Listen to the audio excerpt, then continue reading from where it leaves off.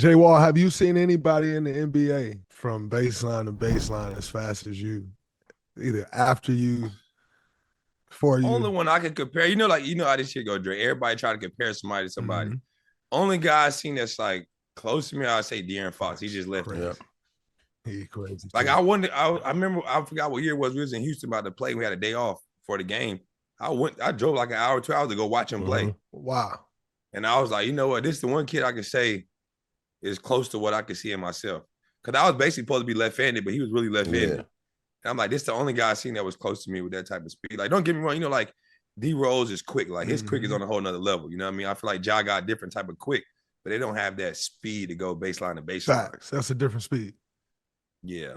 So I say only one I can say is De'Aaron Fox. Speaking of D Rose, it's funny. I was just about to ask you a question about D Rose, just in light of him just retiring. You coming into the league where like prime D Rose, not even prime D Rose, because I would say like he never got the opportunity to really reach his prime. But what we know in his career is prime D Rose.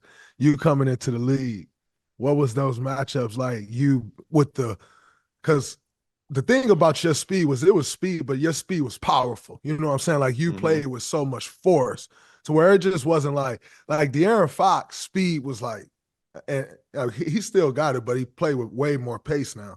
But yeah, like his speed was just like fast speed. I feel like yours was like fast, but it was also like powerful.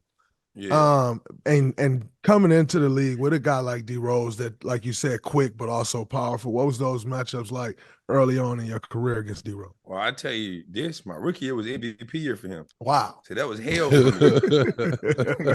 just to be honest. But I mean, we played him in preseason. I was just like, damn, this might be like the first guy I say that's like quicker, faster than me. You know what I mean? Just because he's already been in the league, he already had his twitch, he already had know what he wanted to do. Because me, like when I watched him play in college, I forget us playing Tennessee, Oklahoma in the Garden. And I was like, this is where I'm going to school. Like when I seen that game and I seen him play Tennessee and Memphis, I already knew in my mind, I'm going to play for Coach Cal. Just because the way he allowed D Rose to play, I knew I played a similar way. But when I was in the league, like I always tell you people, it's three people that was hard, like three to four people harder than me. Kyrie, because he could do everything, scoring every level. Yep. But the hardest person I had problems with was D Rose. Yeah, he was a problem. Because you got to think with Tibbs' system, everybody around him was located to play defense. And he was the guy to get the ball. Go get the ball, and you couldn't stop him. It's unlimited pick and rolls. Yep. He's scoring at will. And you look at any other guards that play for Tibbs, they all got that freedom. But, D Rose just on a different level. And like I always say, like, you know, injuries are part of the game, but I feel like if he ain't ever had no injuries, bro, we wouldn't even be talking about a lot of these other guards the way we do. That's interesting. That's interesting. I was going to ask you that. Because a lot of guys was acting like they was sick when he came in town. Yeah. Or like I got an ankle injury, or I got the flu. Yeah. Like he was scaring people. He was that dude. And I look at it like my third year, I kind of realized to build my confidence to another level where like I really can go at this guy toe to toe. But at first, my rookie year, I was like, man, this shit ain't right. These guys different. It's always interesting to think like what does the guard race, if you will, or the guard outlook, like the outlook on the position look like if a D Rose never got hurt, if a Penny never got hurt, right? John, if you never got hurt, like I don't think people realize you got hurt right in the middle of your prime. And then like, and we'll get into the injuries a little later, but I always wonder, like, what does the guard position look like if that never, what does the rap game look like if Biggie or Pac never get killed, right? Like you always have those what ifs of like, you see how it played out, right? Like Steph's goated, like Russ, like yourself, like the work everybody put in, but you just always wonder if it looks different at all if D Rose never gets hurt. Like, how does that pan out? It's interesting. I to be honest, I feel like, man, I don't know. Like you said, like they were so close to getting close to the championship in the East. Like if he don't get hurt, like how they was giving Miami a run every. I mean, when they started to get to that point, he was right there on their toes. So, and then you had Indiana, like with Paul George is there. So like it's just like you said, you just never really know what could have happened or what would have went on. For sure. But I mean, like you said, you definitely got to give D Rose his flowers, bro, because being the youngest MVP, having the battles against him, man, it was super exciting. To see him go through the journey he did of fighting back. You know what I mean? I watched the game and he had his first 50-point game and breaking down in tears. And I've been watching a lot. You know, he never really talked, so I watched a lot of his podcasts he be having. You know what I mean? And he was talking about like when he realized he was injured with his torn ACL, he had to come back. Like people don't realize that shit That's is the hardest tough, bro. thing in Come the back from them world, injuries, bro. Like you be on top of the world, and then you just feel like you hit rock bottom, and you just got to get through that.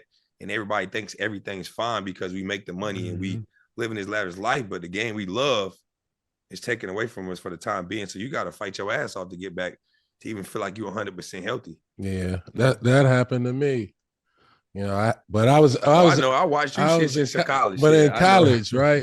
And it's a lonely island, especially as a point guard, when you're an explosive point guard, because now you have to figure out a different way to jump, a different way to land, you know, you got to change your game. And I was going to ask you that, you know, as you came into the league, you know, as fast, explosive, one man fast break, talk about, you know, the steps of how you evolve, right? From a point guard perspective, from like year one, because you made the leap from year one to year three to being dominant, right? Talk about that process. I think like really just, man, like having Sam Cassell around, you know what I mean? Him being my coach, like he was the master of a mid-range. So he was like, yo, you can't outrun everybody because I'll be pushing the break. I'm like, damn, where everybody at? They not even past half court yet. So he was like, you got to slow down. Like you got to figure it out. So just watching film with him and understand like you had to master the mid-range. But like I always told people my whole life, I never had to shoot. Like I always got wherever I wanted. You know what I mean? No matter if I played up or played, I never tried to play my age. I played up. I always got wherever I wanted. Even in college, like there go zone or box.